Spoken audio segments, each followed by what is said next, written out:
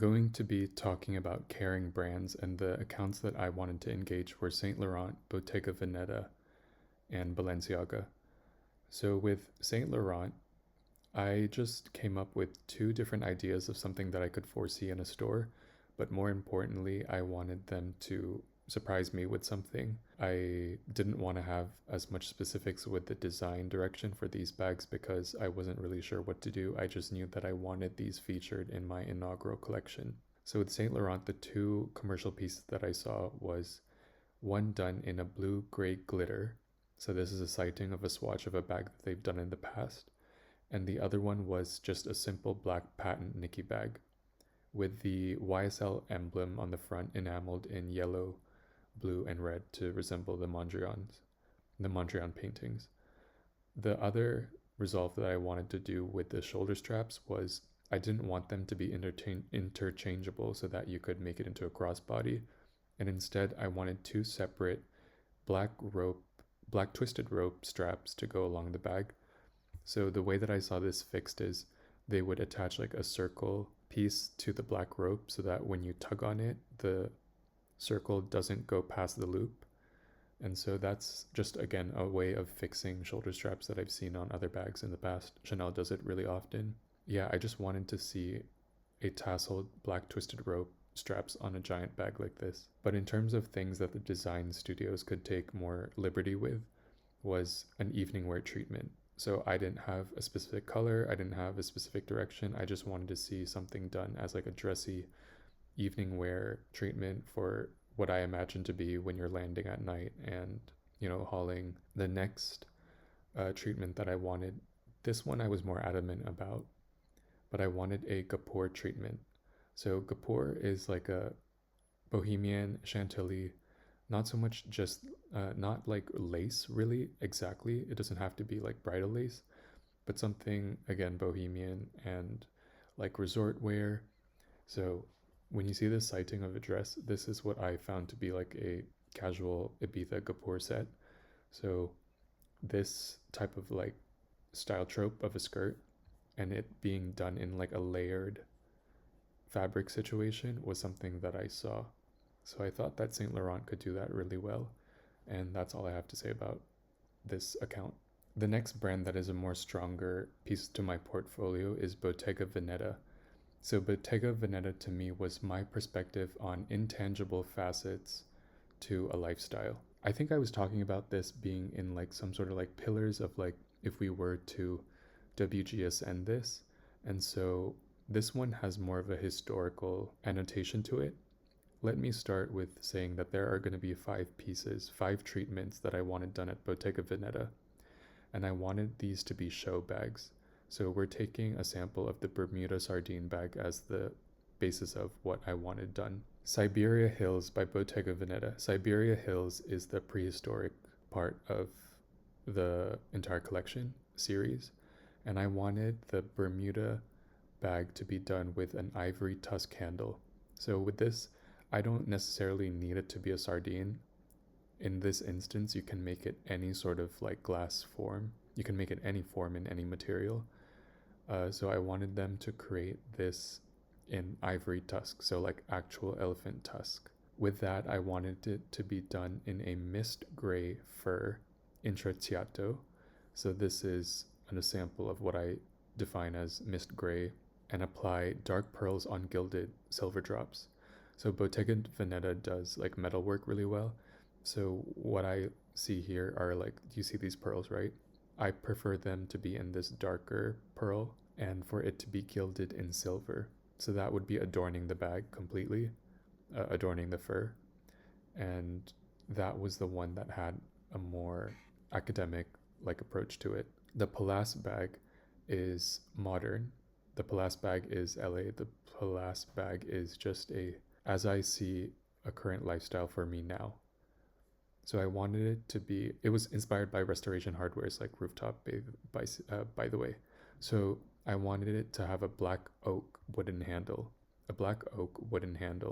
and I cited Restoration Hardware because they do this type of woodwork a lot. So this being done that way. And then mist white linen intrecciato. So mist white is another color that Restoration Hardware does. And when I was looking at designing a home, I always did the black oak version with their linen fabric and mist. So I wanted this bag to resemble that. And then I wanted it to have feathers like this sample here. So this is a Givenchy couture dress by Claire Waite Keller. And so I wanted this handbag to feature 4 different tones of white. So if you see in the sample, this is the basis of the bag. And these are the kind of like whites and like slightly creamy greens that you will find I wanted to have for this. So it would look like a tonally white bag with just like very faint hints of green. So these are the swatches. So this one is cosmic gray. This one's stark white. So whiter than the bag itself. I called this one light steel, I think, and coldest white. So something of these are the swatch samplings that I did. So I wanted it to be a tonally white bag. I imagined this like somewhere like at a poolside cabana. So like like their fabrics are usually white and like all of it. I don't know how to explain it, but like this is just a very light, delicate, modern version of the intangible lifestyle that I was describing. Castilleja treatment by Bottega Veneta is the holistic version of this intangible life, and I wanted this handle to be done in copper, intrecciato to be done in suede, and I chose to call this color moonstone. So moonstone is a slightly greenish color, very lightly green, and I wanted them to, similar to Siberia Hills, I wanted them to do this with green aventurines. So that is a healing crystal that I had seen online, and the green aventurines on gilded copper drops. So the same principle of taking the healing crystals, placing them here, and gilding it in a copper color. So this color was something that I saw. So these two are kind of meant to be complementary to each other. And this one is the preface to why this one is a more specific derivative of this sort of sentiment between the two. The last two are more old world, modern society as we see it. So the first one that I wanted to create was one for Eve. So Eve Powell's Bermuda sardine bag is going to be a black suiting twill intrecciato, and I wanted this to be done in a branch handle. So I left it up to the devices of the Bottega team if this does get approved to be created. I didn't really care to specify if I wanted yellow gold, champagne gold, silver, rose gold, other materials. I just wanted the totems to be an understanding of what this could kind of feel like a dedication for. I wanted it to be a branch handle like in Adam and Eve. So kind of biblical, kind of not. This one was actually meant to be a Schiaparelli collaborative piece of work, but I opted out of that because I think Bottega Veneta could do it on their own, and I would actually prefer to see more specific illustrative totems done by Bottega Veneta. So I'll leave you to understand what that might mean for you, but let me just go over the totems that I wanted so it could kind of give you a vibe for what I needed. I wanted barbed wire forms, so that has a biblical annotation to it. Barbed wire forms. I wanted an apple with lips. I wanted a rose with a piercing on one of the petals, a cupid with a bow, a Rolleiflex camera, a mockingjay for Suzanne Collins, a pelvic bone from me to her, and a harp. So those were the things that I was looking at to be attached as large scale. Like I said, this is like a garderobe piece for her, so this is something that is a showpiece. My Bermuda sardine bag by Bethann Laura Wood.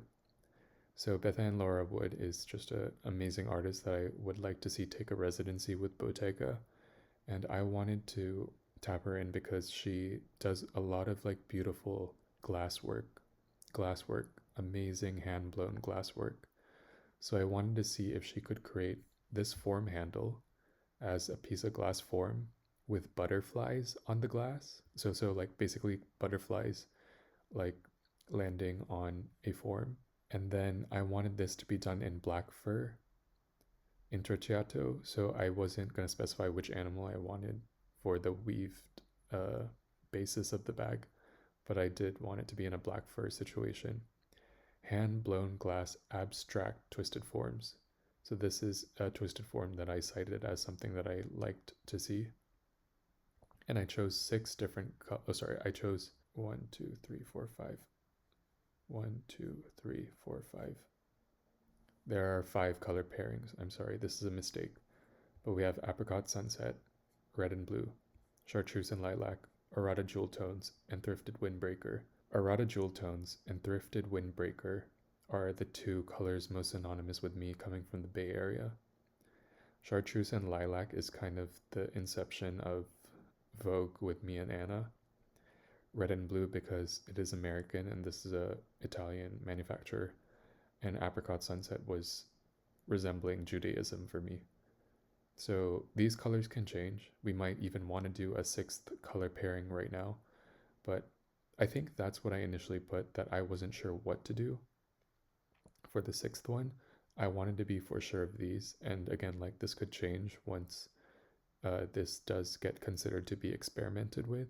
These were the ones that more resonated with me as strong and personal, with like an actual purpose to the colorways. So the 6th one I think would have been one more out of like visual interest, so I didn't want to place one for you to think about. The next idea that I had for Bottega Veneta was this new type of handbag. So aligning with the mini baguette, this was the other version of that taken across to a different brand account. So with that, I wanted to make sure that this held integrity in the wardrobe. I wanted this to be a really iconoclast handbag to me. And so Bottega Veneta isn't really a brand that has something of a cult annotation to any of their pieces in particular. So this was my shot at trying to do that. So they have the mini baby sardine bags done, but it's just not really practical. But what I did find practical was the YSL takeout box that they had. I thought that would be cool.